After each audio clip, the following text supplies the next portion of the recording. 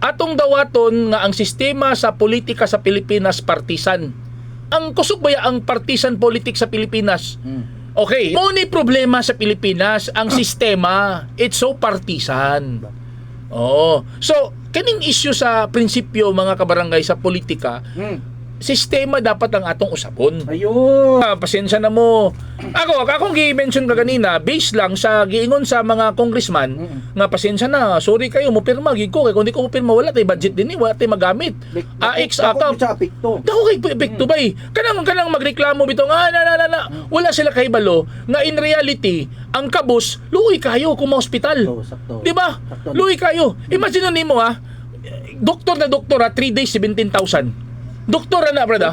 Doktor na brada. Ang doktor wala pa ginihangyo. Wala pa nihangyo, di ba na magpangyo ang doktor? Di ba na magpangyo? Oh, bingon ka sir mo, wala ang among pinakabarato diri nga room sir 3,600 sir. Unya kabus ka. Kabus ka ba eh? Kabus ka. Unya gusto pa ka maulian. Unya madto ka government hospital. Pagkato nimo dito murag nay salida sa sini. Box office. Nganong box office man mga kabarangay?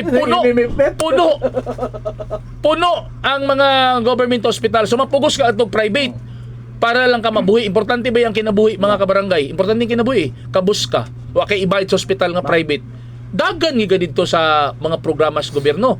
Pero in reality, Papa Chabs, ang ma-prioritize sa mga programa sa gobyerno katong identified sa administrasyon. Bisag kinsa pa na mo lingkod dia, mapa Marcos pa na, mapa Duterte pa na, mapa Aquino pa na dia. Kung kinsa tong identified sa administrasyon, mo to'y mabubuan sa pundo, Papa Chabs.